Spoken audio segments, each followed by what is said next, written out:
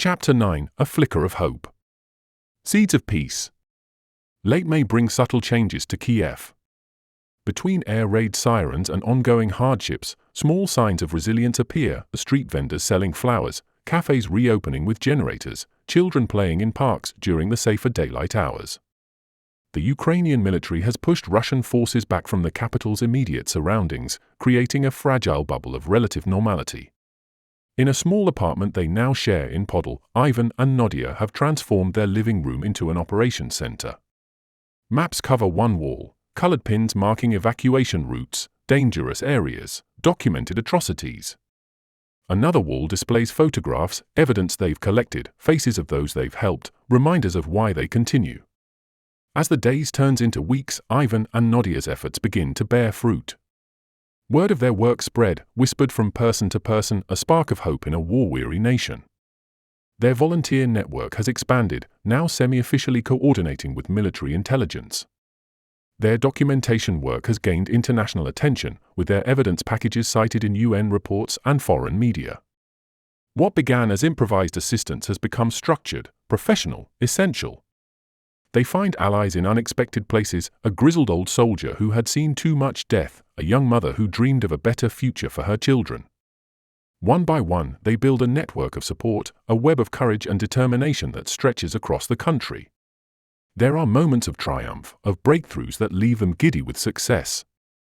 Like the day they managed to arrange a ceasefire in a hotly contested region, allowing aid to reach those who needed it most. Or the night they sneak across enemy lines to rescue a group of children who have been orphaned by the war. But there are also moments of heartbreak, of losses that leave them reeling. Friends who disappeared, never to be seen again. Innocent lives cut short by bullets and bombs. Each one is a wound that would never fully heal, a reminder of the terrible cost of the conflict. Through it all, Ivan and Nadya lean on each other, drawing strength from their love. They know that they are stronger together, that their bond is a force that can overcome any obstacle. But tonight, exhaustion has caught up with them. Ivan closes his laptop after 18 straight hours coordinating evacuations from eastern regions. Nadya sets down her camera after sorting through hundreds of photographs for human rights investigators. "We need a break," she says, rubbing her eyes. "Just an hour." Ivan nods, stretching his back. Even in their growing intimacy, they rarely allow themselves to step away from their work. The weight of responsibility for evacuees, for evidence, for truth, presses constantly on their shoulders. They move to the small balcony overlooking a courtyard where stubborn roses climb a damaged wall. Ivan brings tea in chipped mugs. Nadya wraps herself in a faded blue blanket against the evening chill. Their shoulders touch as they sit on the narrow bench, a now familiar comfort. "I had a call from that BBC journalist today," Nadya says after a moment of peaceful silence. "The one using our Bucha documentation." "What did she want?" "She asked what we thought should happen after the war. What peace should look like." Nadya stares into her tea. "I didn't have an answer." Ivan considers this. Their focus has been so immediate, saving lives today, documenting crimes today, surviving today, that thinking beyond the war feels almost forbidden. "What would you want?" he asks finally. "In a perfect world?" The question opens something between them. As darkness falls and air raid sirens remain mercifully silent, they begin to imagine peace. Hesitantly at first, then with growing animation, they sketch possibilities. Justice, Nadya starts. Real accountability for war crimes. Not just leaders, but those who carried out orders. Security guarantees, Ivan adds. Not just promises. Something binding. Their conversation gains momentum, flowing from practical considerations to deeper aspirations. They discuss NATO, EU integration, reconstruction funds, border security. They debate sovereignty over Crimea, language rights, democratic reforms. It can't just be about returning to February 23rd, Nadya argues passionately. We need to address the underlying issues. Corruption. Oligarchs. The judiciary. Ivan nods, energized by thinking beyond survival for the first time in months. A Marshall Plan for Ukraine. But with oversight so the money actually reaches people. As midnight approaches, Ivan brings paper and pens to the balcony. They begin drafting concrete ideas, not just wishes but implementable plans. Their professional backgrounds prove unexpectedly useful. Ivan's systems thinking from his programming work, Nadya's cross-cultural awareness from her international connections. We should talk to Oleksandr, Ivan suggests, referring to a constitutional law professor they helped evacuate from Kharkiv. And that economic advisor from Mariupol. And the former OSCE monitors in our network, Nadya adds. They understand security arrangements. What begins as a conversation becomes a mission. Over the following days, between their continuing evacuation and documentation work, they reach out to experts in their network, academics, lawyers, former diplomats, military analysts. Each brings perspectives, refinements, challenges to their evolving peace framework. They convene informal roundtables in safe houses and bomb shelters. They collect proposals, synthesize ideas, build consensus around core principles. Their shared vision takes shape, a peace not of surrender or compromise, but of justice, security, and renewal. Late one night, as they refine their document in their apartment, air raid sirens begin their mournful wail. With practiced efficiency, they gather their emergency bags and essential electronics. Bring the peace draft, Nadya says, securing her camera bag over her shoulder. In the shelter beneath their building, they continue working by emergency lighting. Around them, neighbors have become accustomed to their intensity, making space for their improvised workspace. A retired history teacher offers historical context for their proposals. A young tech worker suggests digital solutions for transparency in reconstruction funds. This is becoming something bigger than we intended, Ivan murmurs to Nadya as they observe the growing circle of contributors. She nods, tucking a strand of hair behind her ear, a gesture he has come to love for its unconscious grace. Maybe that's exactly what we need. Not top-down peace, but built from people who've lived this war. Their relationship deepens alongside their peace work. The shared purpose creates a unique intimacy. They finish each other's sentences, anticipate each other's needs, move in synchronized patterns without discussion. What began in crisis has matured into something profound, a partnership in every sense. My grandmother would say we are dwie polovinki odnoho jabłka, two halves of the same apple, Nadya tells him one evening as they work side by side. The casual reference to a future together, to family, to permanence beyond war, makes Ivan's heart swell. In June, their peace framework gains unexpected attention. A Ukrainian diplomat visiting humanitarian operations reviews their draft and arranges a meeting with government advisors. Suddenly, their grassroots proposal is being discussed in official circles. The night before their meeting in a secure government facility, anxiety keeps them both awake. They stand together by their apartment window, watching distant flashes of air defense systems intercepting drones. Do you think anyone will actually listen? Ivan asks, voicing the doubt that has shadowed their work. Nadya turns to him, her face half illuminated by the city's dimmed lights. They have to. Because we're not just speaking for ourselves. We're speaking for Katerina and baby Miaslav. For the old professor from Bucha. For everyone we've documented, evacuated, mourned. She reaches up, her palm warm against his cheek. The tenderness of the gesture contrasts with the strength in her voice. This is why we survived, Ivan. To bear witness, yes. But also to help build what comes after. He covers her hand with his own, turning to kiss her palm, a gesture of reverence for her courage, her vision, her unwavering humanity in the face of horror. Whatever happens tomorrow, he says softly, this work has changed me. You have changed me. We've changed each other, she corrects, moving closer. Their embrace is both comfort and promise, acknowledgement of how far they've come from that first day in the cafe when invasion seemed theoretically possible but still unimaginable.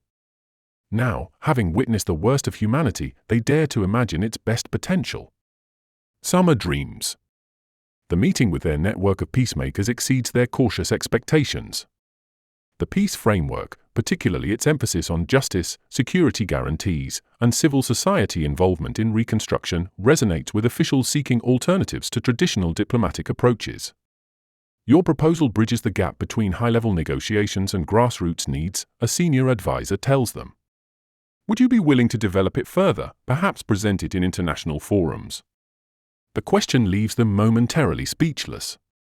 Their document, born on a small balcony during a rare moment of rest, has opened doors they never anticipated. That evening, they walk along the Dnipro River, processing the day's events.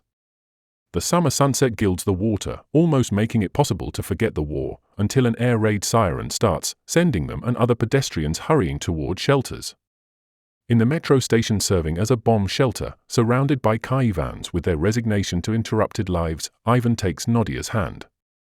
Today was just the beginning, he says. If we're really going to do this, advocate internationally, speak to diplomats, we need to be prepared for pushback. For compromise. For failure. Nadya's eyes hold the same determination he first saw when they organized evacuations from Irpin. We've been documenting war crimes for months. I'm not afraid of diplomatic fights. The all clear sounds 40 minutes later. As they emerge into the evening air, Ivan stops suddenly on the metro steps, turning to Nadya. I love you, he says simply. Not in whispers during stolen moments of intimacy, not in the implied language of shared danger and purpose, but plainly, publicly, with the certainty of something tested and proven. Nadya's smile blooms slowly, transforming her tired face. I know, she answers. Then, rising on tiptoes to kiss him briefly, I love you too. Now let's go home and plan how to save our country. The weeks that follow bring new dimensions to their work. Their peace proposal gains traction in civil society circles. They're invited to virtual meetings with European think tanks, with diaspora organizations, with international legal experts. Each conversation refines their thinking, strengthens their arguments, expands their network. Their relationship, too, continues to deepen. In rare moments between air raids and meetings, they share dreams of after, a concept that once seemed forbidden is now a source of strength. They speak of traveling together to reconstruct Nadya's abandoned travel blog, of Ivan teaching coding to children, of visiting peaceful places they've only seen in photographs. Nadya's eyes sparkle as she describes her longing to visit Japan. She dreams of strolling through the tranquil gardens of Kyoto, of marveling at the cherry blossoms in spring. She imagines herself in an elegant kimono, learning the ancient arts of tea ceremony and calligraphy. I want to soak in the hot springs, she sighs wistfully, and taste every kind of sushi until I can't eat another bite. Ivan smiles, picturing Nadya in the neon glow of Tokyo's streets, her face lit up with wonder and joy. He squeezes her hand, promising silently that someday, he'll make that dream a reality. For Ivan, it's the vast expanses of South America that call to him. He longs to trek through the lush Amazon rainforest, to stand in awe before the ancient ruins of Machu Picchu. He dreams of learning to surf on the beaches of Brazil, of dancing the tango in the streets of Buenos Aires. Imagine the stories we could tell, he muses, his eyes distant with longing. The people we could meet, the adventures we could have. Nadya leans her head on his shoulder, her heart full with the thought of sharing those adventures with him. She pictures them on a beach in Rio, sipping caipirinhas as the sun sets over the ocean. She imagines them wandering the colorful Atacama Desert, hand in hand, without a care in the world. These dreams, once so distant, now feel tantalizingly close. They are a reminder of what they're fighting for, not just survival, but the chance to truly live, to explore and marvel at the beauty of the world. In these moments of shared longing, Ivan and Nadya draw strength from each other. They know that the road ahead is long, that there will be more hardships to endure. But they also know that their love, their bond, is unbreakable. And so they hold fast to their dreams, to the vision of a future filled with wonder and adventure. They picture themselves in far-off lands, free from the shadows of war, discovering new joys and new aspects of each other. These dreams are more than just an escape. They are a promise, a vow to each other and to themselves. A pledge that they will survive, that they will triumph, and that they will live the life they've always imagined. Hand in hand, heart to heart, they face the uncertain future, secure in the knowledge that their love can conquer anything. And that someday, when the war is just a painful memory, they will set out together to make their wildest dreams come true. Whether it's under the cherry blossoms of Japan or on the beaches of Brazil, Ivan and Nadya know that the greatest adventure of all is the one they'll share together. And they can't wait to begin. Heritage. One night in early July, Ivan wakes to find Nadya sitting by their window, illuminated by her laptop's glow. "What are you working on?" he asks, voice rough with sleep. Adding the section on cultural recovery, she replies, "Preserving Ukrainian heritage, rebuilding museums and historical sites." He moves to stand behind her, hands resting lightly on her shoulders. On screen, he sees not just policy recommendations but something more personal, a vision for the Ukraine they want to build together. "You know," he says, reading over her shoulder, "in all our planning for peace, we haven't talked about us. About our future." Nadya saves her document, then turns to face him. "Maybe because it seems obvious to me," she says. "Whatever comes after, whatever peace we help build, we'll be together in it." The simplicity of her certainty fills Ivan with a warmth that transcends the summer night. In a war that has destroyed so much, they have found something unbreakable. In documenting atrocities, they have discovered capacity for hope. In planning for peace, they have built their own future. Together, he agrees, sealing the word with a kiss that promises beyond war, beyond reconstruction, into the life they're already building amid the ruins of the old world. Outside, Kiev breathes in momentary peace, the summer stars visible in a rare night without air raid sirens. Inside, two people who found each other in darkness continue imagining light. News. And slowly, incredibly, things begin to change. The fighting begins to die down, the rhetoric on both sides softening. There are whispers of peace talks, of a possible end to the bloodshed. Ivan and Nadya hardly dare to hope, but they can't help the fluttering in their hearts. Could it be possible? Could their dream of a united, peaceful Ukraine finally be within reach? One evening, as they sit together in the candlelight of a dark rainy November night, a knock comes at the door. They tense, reaching instinctively for their weapons. But when they open the door, they find not an enemy, but a friend. It is Oleksandr, a fellow activist who has been working tirelessly for peace. His face is lined with exhaustion, but his eyes sparkle with excitement. "I have news," he says, his voice trembling. "The government, the separatists, they've agreed to talk. A real, official peace conference. And they want you there, both of you." For a moment, Ivan and Nadya can only stare at him, their eyes wide with shock and disbelief, their hearts pounding. Then, as the reality sinks in, they fall into each other's arms, tears of joy streaming down their faces. A peace conference? After all this time, all this bloodshed? It seems too good to be true. "Where?" Ivan asks, his voice hoarse. "The Mariinsky Palace," Oleksandr replies, a smile spreading across his face. "In 2 weeks." Nadya feels her heart leap in her chest. This is it. The moment they have been fighting for, the chance to bring an end to this terrible war. She turns to Ivan, her eyes shining with unshed tears. "We did it," she whispers. "We really did it." Ivan pulls her close, his own eyes glistening. "Yes, Moya Lyubov, my love," he murmurs. "We're going to do it. This is just the beginning." It is indeed happening. After all the pain and sacrifice, all the long nights and endless battles, peace is finally, truly, within their grasp. In the days that follow, they throw themselves into preparations for the conference, honing their arguments, gathering their allies. They know that this is their chance, their one shot at shaping the future of their nation. And when the day finally comes, when they walk hand in hand into the negotiating room, they are ready. Ready to fight for their vision of a Ukraine free from hatred and division. Ready to build a future where their love, and the love of all those who have sacrificed, can finally blossom in the light of a new dawn. The road ahead will not be easy. There will be setbacks and compromises, hard choices and painful truths. But Ivan and Nadya know that they can face anything, as long as they have each other. Their love has brought them this far. It has sustained them through the darkest of times, guided them towards the light. And now, as they stand on the brink of a new chapter, they know that it will be their love that will lead them home. Home to a Ukraine reborn, a nation healed and whole once more. Home to a future where their children, and their children's children, can live and love and dream without fear. Hand in hand, heart to heart, they step forward into that future, ready to meet it together. For they are Ivan and Nadya, two souls joined by a love that can reshape the world. And together, they will build the peace, one brave act, one courageous choice at a time.